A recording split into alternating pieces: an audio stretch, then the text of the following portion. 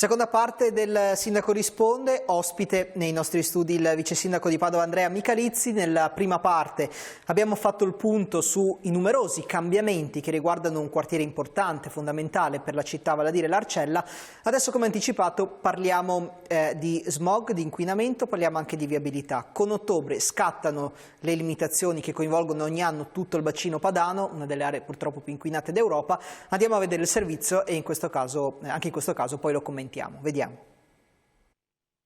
Con il mese di ottobre sono riprese le misure contro l'inquinamento atmosferico. Si tratta di limitazioni alle circolazioni delle vetture, agli impianti termici e alle combustioni all'aperto. Si basano su 3 livelli di allerta, verde, arancio e rosso, definiti dalle concentrazioni di polveri sottili divulgate con i bollettini ARPAV.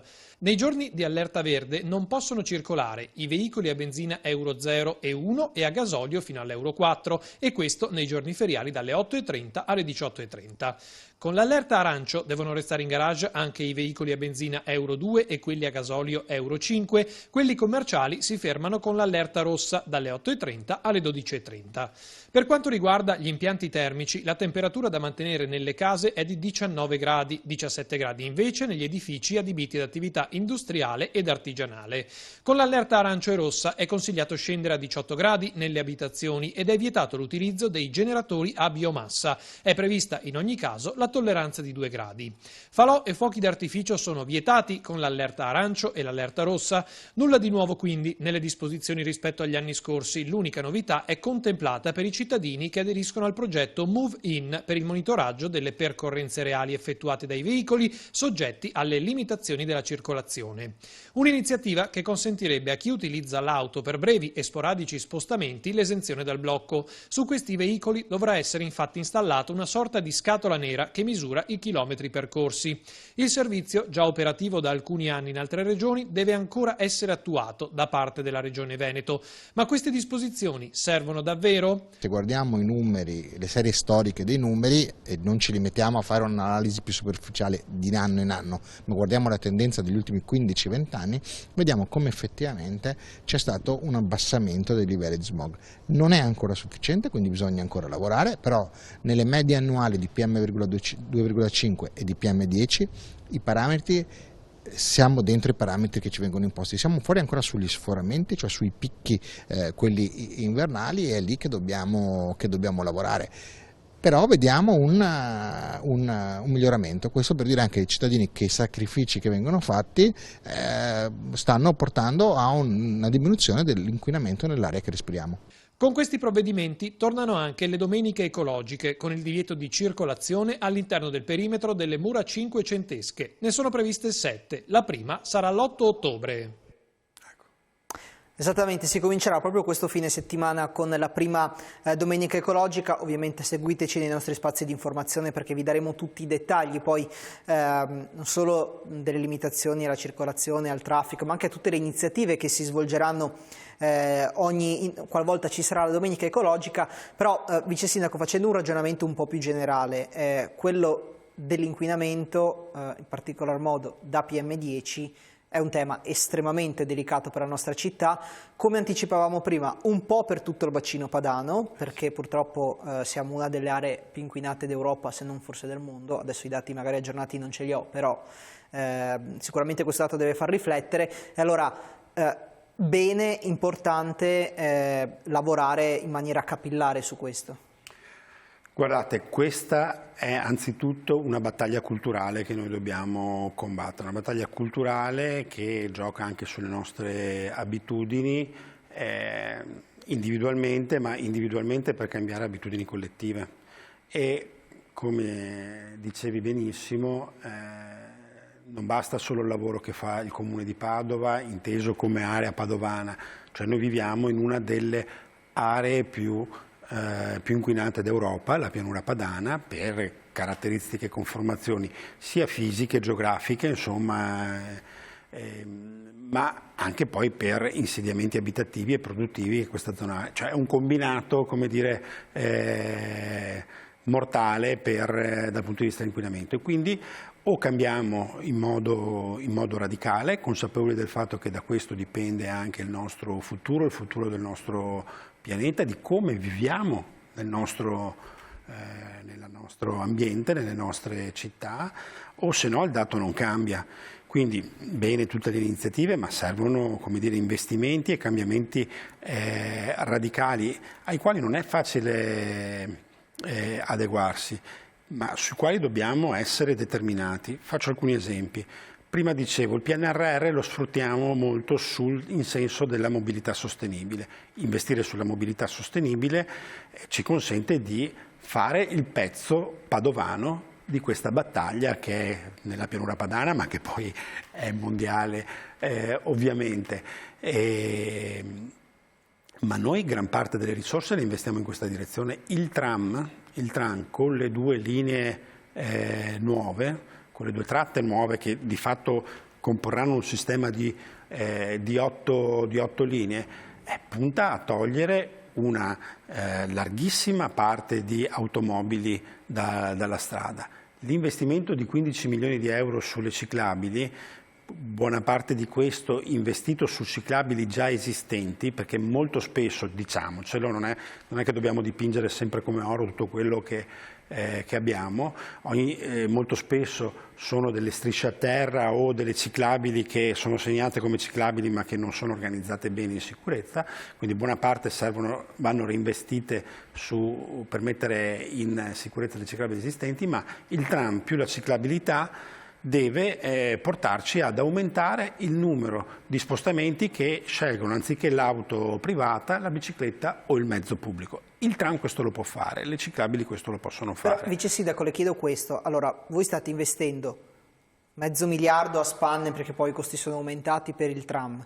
Mi ha appena detto 15 milioni per le piste ciclabili. Allora, voi il vostro lo state facendo, però poi c'è da cambiare quella che è, come dire, una mentalità, una cultura che un po' sta cambiando sicuramente, però costruire, realizzare, sistemare piste ciclabili non è sufficiente a far muovere le persone in bicicletta. Realizzare il tram non è sufficiente a far prendere a migliaia di persone ogni giorno il tram. Questo scatto, come lo si può fare? Intanto offrendo questi mezzi, perché se non ci fossero, il cambiamento culturale sta anche nel, come dire, poi saperli accogliere. No, allora, il tram dove c'è a Padova funziona alla grande, perché nella tratta nord-sud ha ridotto il traffico veicolare del 48%, punto. E questo è un dato. Ora, messo a sistema, quindi in una rete che serve anche a altre zone, perché il tram, adesso la tratta Volta Barozzo servirà gli ospedali e poi arriverà in centro, darà anche altre opportunità e poi si connette, quindi ecco, noi potremo portare questi numeri a servizio di tutta la città. 48% in meno di traffico veicolare è un numero, come dire, importante. Quindi le città, se hanno i mezzi, poi questi mezzi vengono utilizzati e Padova ne è la prova. Ciclabili, noi abbiamo la fortuna, non è che la gente va in bici perché è brava l'amministrazione comunale, ma perché sono bravi padovani, ma abbiamo una città che è in pianura e che è di una dimensione anche tale che consente gli spostamenti in città in modo agevoli in bicicletta. Noi, se paragonati con le città italiane, siamo, come dire, un'eccellenza, perché abbiamo 200 km circa di piste ciclabili che implementeremo in questi mesi, e il 23% circa degli spostamenti in città avviene con la bicicletta. È un numero altissimo se confrontato con le città italiane, è un numero bassissimo se lo confrontiamo con le grandi potenze della bicicletta del nord Europa, e noi a quelle dobbiamo guardare. Quindi noi questi investimenti servono anche per alzare questi numeri. Questa è la strategia per diminuire le emissioni provenienti dai gas di scarico dei mezzi di trasporto. Ma inciderà in maniera rilevante, mi spiego, l'inquinamento che noi respiriamo tutti i giorni in città dipende certo dal traffico veicolare, ma dipende da tutte le attività umane, le attività produttive, le industrie, eccetera. Quindi andare ad agire sul fronte del trasporto pubblico, della mobilità, che è insomma, la direttrice migliore che potete fare voi, la più efficace in base a quelle che sono le possibilità di un comune, di un'amministrazione comunale. Avete dei dati su quanto andrà a incidere effettivamente sulla qualità della nostra aria? Sì, ci sono i dati che io purtroppo non ho qui, però c'è tutta una organizzazione, magari una delle prossime puntate me la porto, oppure se le porta il sindaco, a quanta CO2 in meno equivale, a quanti alberi equivale. Insomma, si può incidere in maniera rilevante. Sì, si può incidere, però poi giustamente bisogna fare anche l'investimento sulle altre fonti di inquinamento.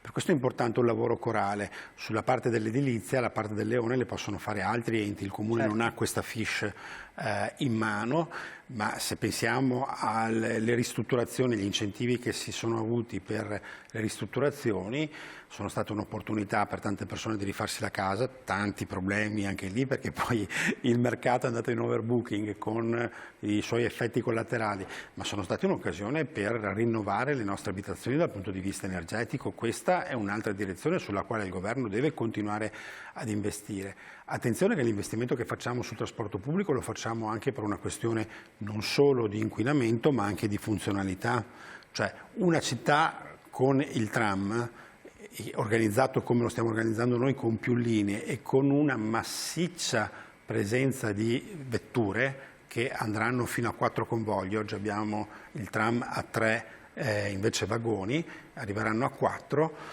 e una presenza di molti mezzi. Nella tratta più importante avremo un tram ogni 3 minuti. Significa che Padova diventa una città dove ti sposti più velocemente?